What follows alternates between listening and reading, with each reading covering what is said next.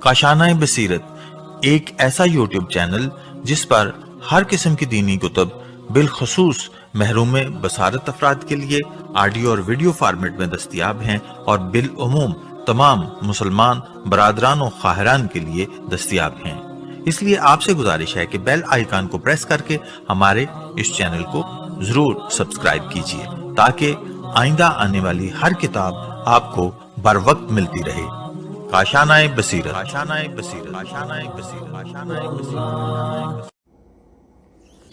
اعوذ باللہ من الشیطان الرجیم، بسم اللہ الرحمن الرحیم۔ کاشانۂ بصیرت یوٹیوب چینل کے بابصیر سامعین السلام علیکم۔ میں پارٹ 25 کے ساتھ حاضر ہوں اور کتاب محافل و مجالس حصہ دوم کا ہمارا مطالعہ جاری ہے اور ہم صفحہ نمبر 260 تک پہنچ چکے ہیں، اور یہاں پہ ایک پیراگراف کا ہم نے مطالعہ کر لیا تھا اور اگلے پیراگراف کا آغاز کرتے ہیں کہ وقت گزرتا رہا، آخر متوکل نے عاجز آ کر آپ کو سعید کی حراست میں دے دیا۔ یہ ظالم بڑا دشمن اہل بیت تھا۔ ایک چاہنے والا حضرت کی ملاقات کو گیا تو کہنے لگا کہ اپنے خدا سے ملنے آئے ہو، مل لو، کل تک انہیں قتل کر ڈالا جائے گا۔ ظاہر پریشان ہو گیا، خدمت امام علیہ السلام میں عرض کرتے ہیں کہ مولا آپ کے قتل کا ارادہ ہو رہا ہے۔ فرمایا بھائی پریشان نہ ہو، ابھی میرا وقت نہیں آیا ہے، مجھے کوئی قتل نہیں کر سکتا۔ عرض کی مولا وہاں قبر بھی تیار ہو گئی ہے۔ فرمایا ہاں، مگر مجھے قتل نہیں کیا جا سکتا۔ ظاہر مطمئن ہو گیا اور امام علیہ السلام اسی طرح 12 سال حراستوں کی زندگی گزارتے رہے، یہاں تک کہ فتح بن خاقان کو متوکل کی وزارت نصیب ہوئی اور انہوں نے موقع پا کر یہ تحریک چلائی کہ شہر سے باہر جتنی غیر آباد زمینیں ہیں انہیں عوام کے ہاتھ فروخت کر دیا جائے تاکہ ان کی آباد کاری کا کام انجام پا سکے اور حکومت پر کوئی بار بھی نہ پڑے، اور متوکل نے اس تحریک کو قبول کر لیا۔ فتح نے موقع پا کر ایک قطع زمین امام علی نقی علیہ السلام کے نام فروخت کر دی اور بے نامہ نوٹ لگا دیا کہ اس زمین کی قیمت وصول ہو چکی ہے۔ انہیں معلوم تھا کہ متوکل حضرت کے نام قرض زمین دینے پر راضی نہ ہوگا۔ اسے معلوم ہے کہ میں محب اہل بیت ہوں، اس نے تو مجبوراً وزارت کا عہدہ دے رکھا ہے۔ چنانچہ ایسا ہی ہوا۔ جب متوکل نے فہرست طلب کی اور اس میں حضرت کا نام دیکھا تو آپ آگ بگولا ہو گیا۔ یہ انہیں زمین کیوں دی گئی ہے؟ کیا میں نے اپنے ملک میں انہیں بسا کر اپنے لیے خطرہ میں لوں گا؟ لیکن جب یہ نوٹ دیکھا کہ قیمت وصول ہو چکی ہے تو خاموش ہو گیا اور حالات کا انتظار کرتا رہا۔ حضرت نے مختصر سا مکان بنا لیا اور اپنے مکان میں منتقل ہو گئے، لیکن متوکل کو قرار کہاں؟ ایک ایسا انسان جسے غریب الوطن بنا دیا گیا ہے اور جس کی خاطر یہ ہے کہ اسے فقیروں کے درمیان رکھا گیا ہے، جس کی عزت یہ ہے کہ اسے مسلسل حراستوں اور نظر بندیوں میں رکھا گیا ہے، جس کے دل کا یہ عالم ہے کہ صبح و شام قبر حسین علیہ السلام کی بے حرمتی کی آوازیں کانوں میں آ رہی ہیں اور کلیجہ پانی ہوا جا رہا ہے، اس سے کسی انقلاب کی کیا توقع ہو سکتی ہے؟ انقلاب تو اس وقت نہ کیا جب بنی عباس قیادت کے طالب تھے، انقلاب اس وقت نہ کیا جب علوی سادات عباسیوں سے انتقام لینے پر تلے ہوئے تھے، تو اب انتقام اور انقلاب کا کیا سوال پیدا ہوتا ہے؟ لیکن چوروں کا دل ہی کتنا ہوتا ہے۔ حکومت کو ہر آن یہی خطرہ ہے کہ کہیں انقلاب نہ ہو جائے، کہیں تخت قدموں کے نیچے سے نکل نہ جائے، کہیں حالات بدل نہ جائیں، کہیں زمانہ کروٹ نہ لے لے، اور اسی ایک توہم پر امام علیہ السلام کو مسلسل اذیتیں دی جا رہی ہیں مختلف بہانوں سے۔ برکت سبع میں بھیجا گیا جہاں ایسے درندے پالے گئے تھے کہ ایک لمحہ انسان کو برداشت نہیں کر سکتے تھے، اور جب کسی کو سزا دینا ہوتی تھی تو وہیں بھیج دیا جاتا تھا، اور وہ لمحوں میں جانوروں کا لقمہ اجل بن جاتا تھا۔ لیکن قدرت کا انتظام کہ جانوروں نے قدموں میں سر رکھ دیے اور گویا تعظیماً سجدہ کر کے بتا دیا کہ انسانوں، تم اس کی قدر نہیں جانتے ہو، ہم جانور اس کی عظمت کو پہچانتے ہیں۔ کاش تم ہی ہماری برادری کے ہوتے تو کم از کم اس کی عظمت تو پہچانتے۔ لیکن کیا کرو، قرآن حکیم نے سچ کہا ہے کہ کچھ انسان جانوروں جیسے ہی ہیں، بلکہ ان سے بھی بدتر ہیں اور ان سے بھی زیادہ گمراہ ہیں۔ تم جانوروں سے بدتر ہو، اور اس کا ثبوت یہ ہے کہ تمہارے بزرگ ایک جانور کے پیچھے پوری لڑائی لڑ چکے ہیں۔ اگلا پیراگراف ہے اور صفحہ نمبر ہے 262۔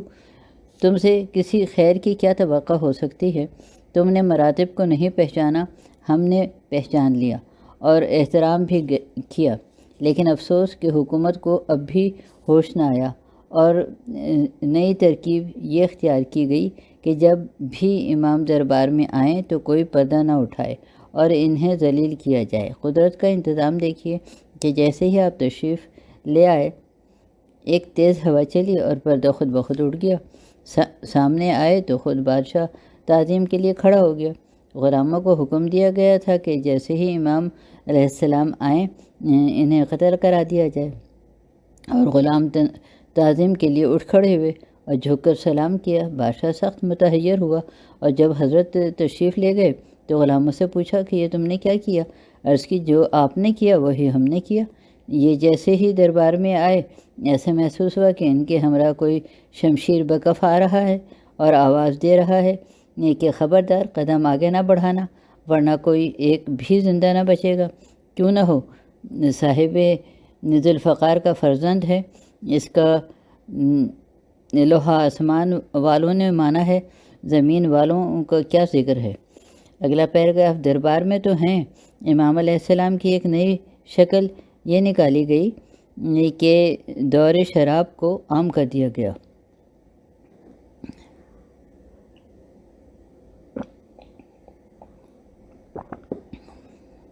اور حضرت کو شراب پر مدعو کیا گیا۔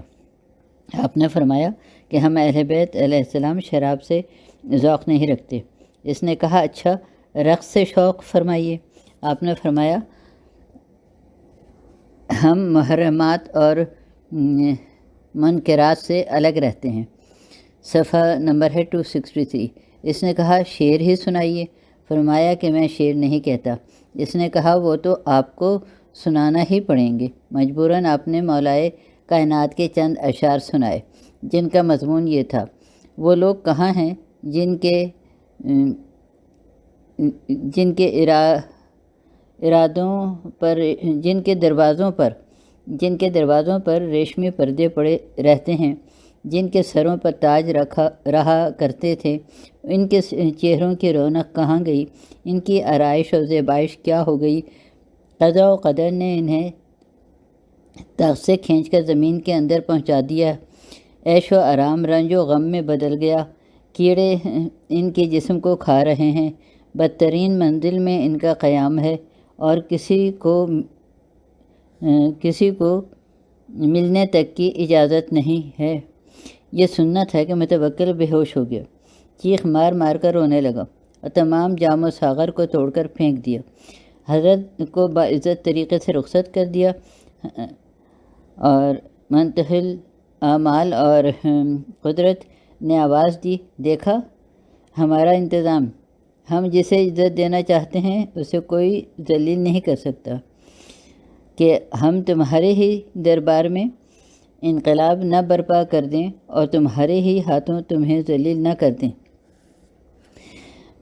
اگلا پیراگراف ہے متوکل اس پر بھی ہوش میں نہ آیا اور جاسوس کے بیان پر اعتماد کر کے حضرت کے مکان کی تلاشی کا حکم دے دیا۔ جاسوس راتوں رات گھر میں داخل ہوئے، چھت کی طرف سے آئے، حضرت مصلے پر تھے، فوراً اٹھ کر چراغ لے کر پہنچ گئے۔ آؤ آؤ میرا گھر دیکھ لو، میں چراغ دکھائے دیتا ہوں، کہیں گر نہ پڑو۔ اگلا پیراگراف، کائنات میں اس کردار کا تصور بھی نہیں ہو سکتا۔ آنے والے شرمندہ ہوئے۔ حضرت نے ایک ایک گوشے کی تلاشی دی اور سوائے سامان عبادت کے کچھ برآمد نہ ہوا۔ لوگوں نے متوکل کو خبر کی کہ اس نے دربار میں طلب کیا اور بظاہر احترام کیا، لیکن بنی عباس کی روش معلوم ہے، وہ کبھی آل محمد صلی اللہ علیہ وسلم کا وقار برداشت ہی نہیں کر سکتے۔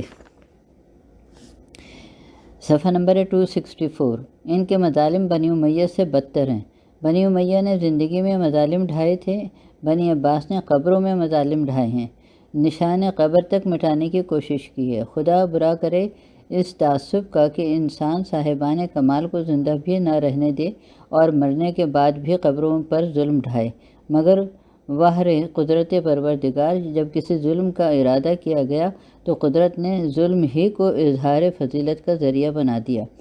آپ سوچیں گے کہ متوکل نے قبر حسین علیہ السلام پر ہل چلوانے کی کوشش نہ کی ہوتی، نہر کا پانی کاٹ کر نالے کی صحیح نہ کی ہوتی، تو کسے معلوم ہوتا کہ شہادت کے بعد حسین علیہ السلام کی جلالت کیا ہے، اور کون سمجھتا کہ شہید راہ خدا کی زندگی کا کیا مطلب ہوتا ہے۔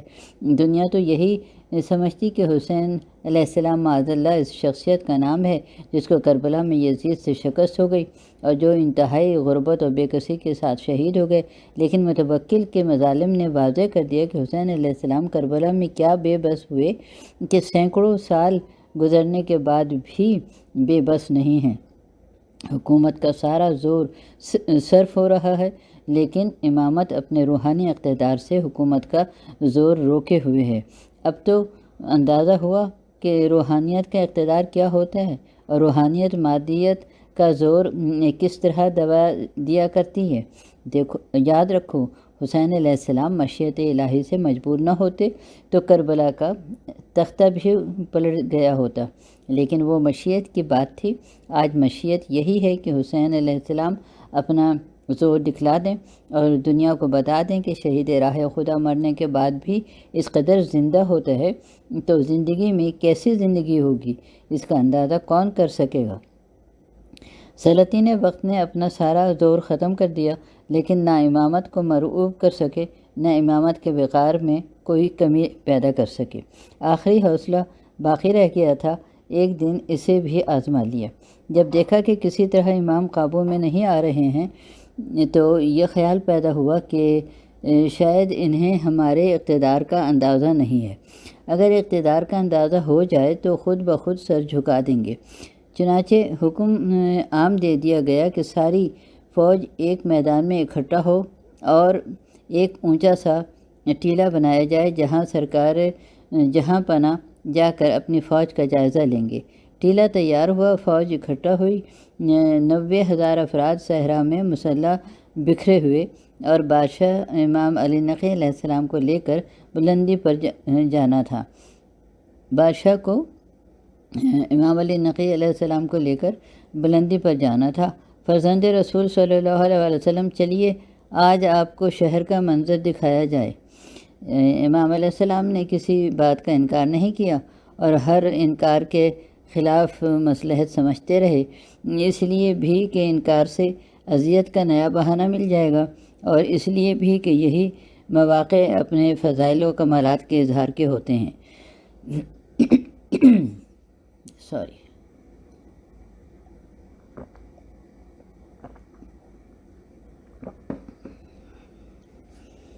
بلندی پر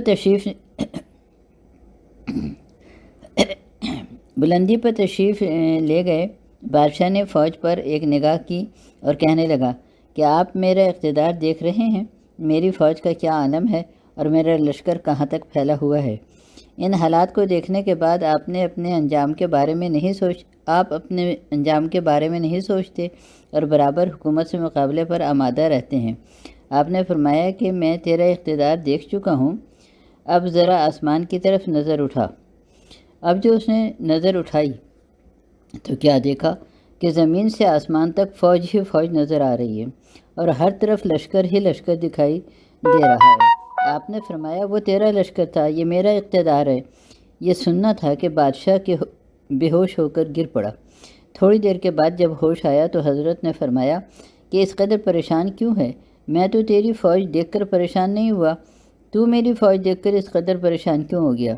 اس نے کہا، فرزند رسول صلی اللہ علیہ وسلم، آپ کی فوج خدا کی پناہ، اس کی کوئی انتہا بھی ہے؟ آپ نے فرمایا کہ کوئی انتہا نہیں ہے، لیکن یاد رکھو ہم اہل بیت علیہ السلام ان طاقتوں کو حکومت کے مقابلے میں صرف نہیں کرتے اور ہر مصیبت کو برداشت کر لیتے ہیں۔ ہم نے دنیا کو ترک کر دیا ہے اور آخرت کو اختیار کر لیا ہے۔ ہم اسے اپنی توہین سمجھتے ہیں کہ دنیا کے دو روزہ سلاطین سے مقابلہ کریں۔ نہ ہمارے خدا نے فرعون اور نمرود سے مقابلہ کیا ہے اور نہ ہم سلاطین وقت سے مقابلہ کرتے ہیں۔ صلوات اللہم صلی علی محمد وعلی محمد وعجل فرجہم۔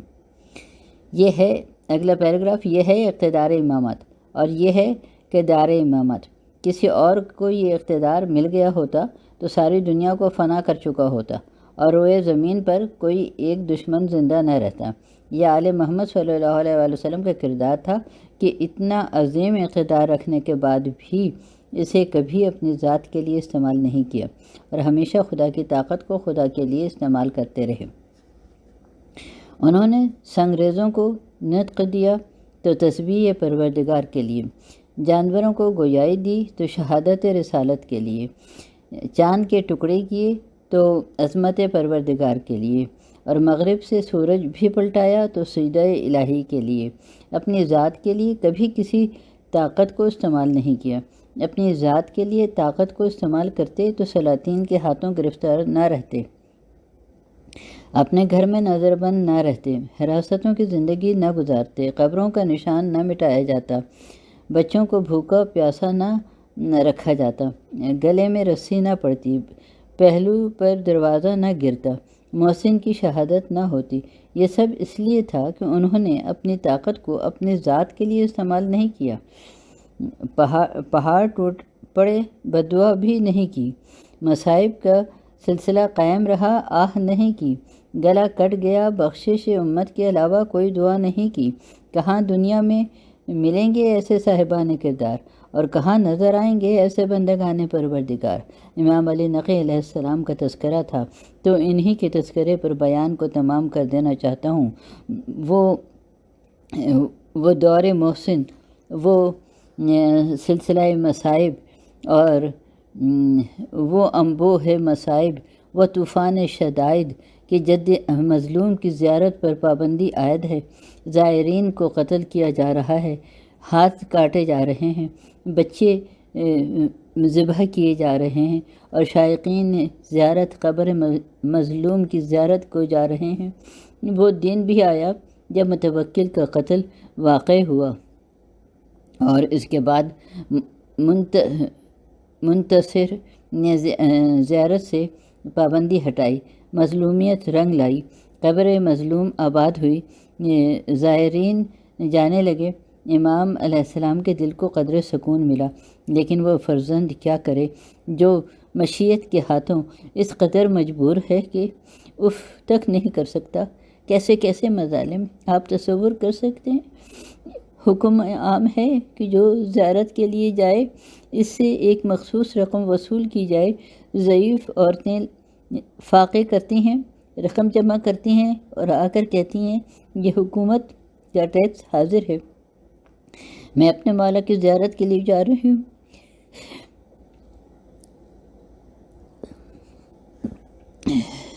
بیاہیوں کے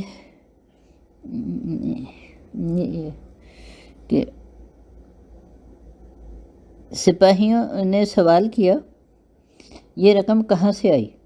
کوشچن مارک۔ ضعیفہ نے کہا میں نے فاقے کر کے جمع کی ہے، مجھے فاقے گوارا ہیں لیکن قبر حسین علیہ السلام کی زیارت نہ کروں یہ گوارا نہیں ہے۔ لیکن ارباب ازا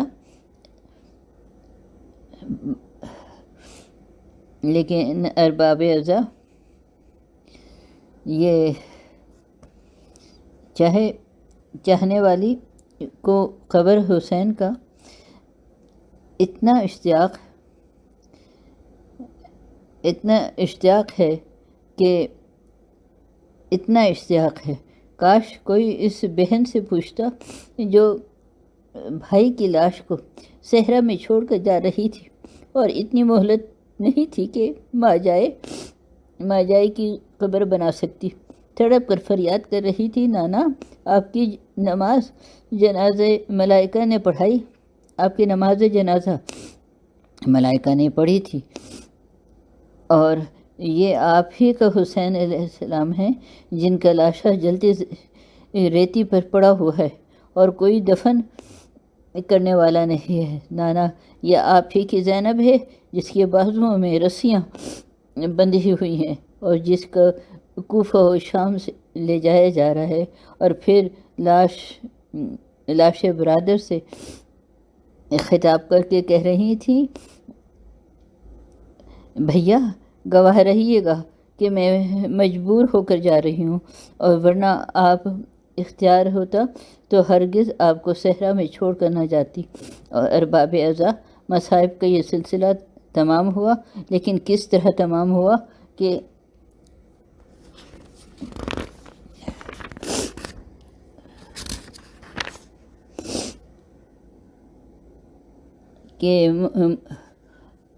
موت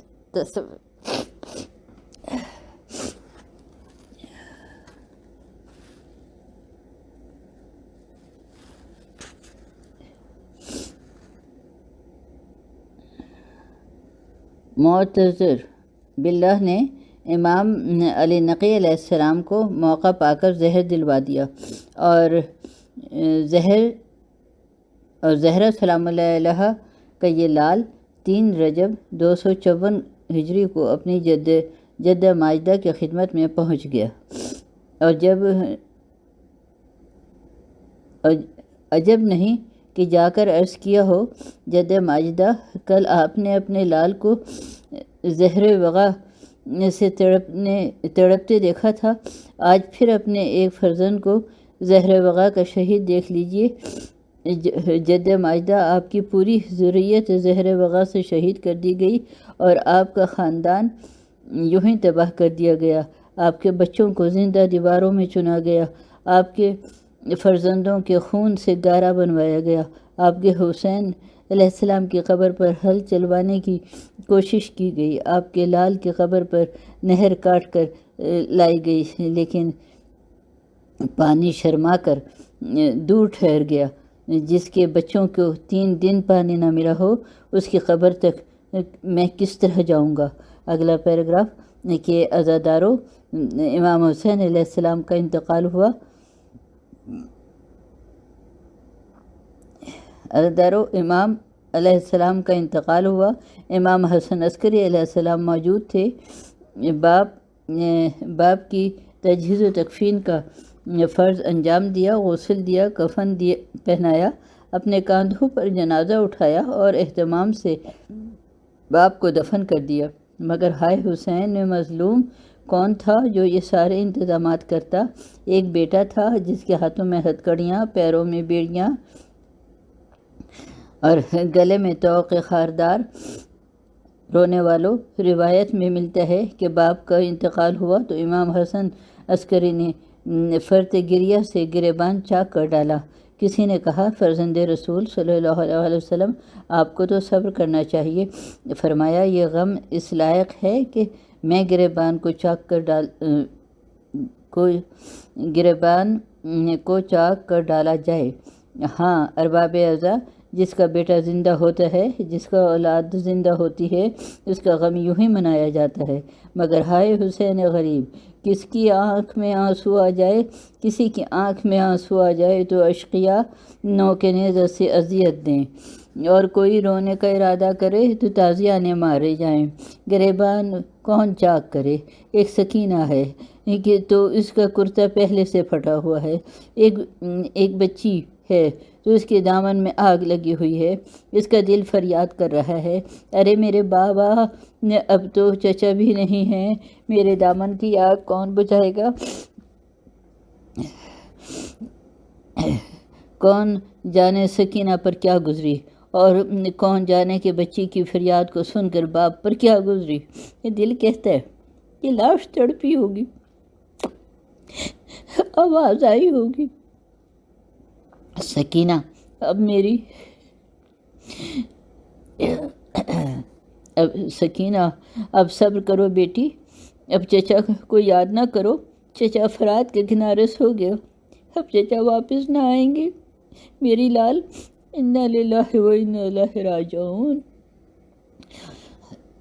الا لعنۃ اللہ علی قوم الظالمین، اللہم صل الا لعنۃ اللہ علی قوم الظالمین۔ یہاں پر ہماری 12ویں مجلس کا اختتام ہوتا ہے اور ساڑیوں کا بھی۔ اللہ حافظ۔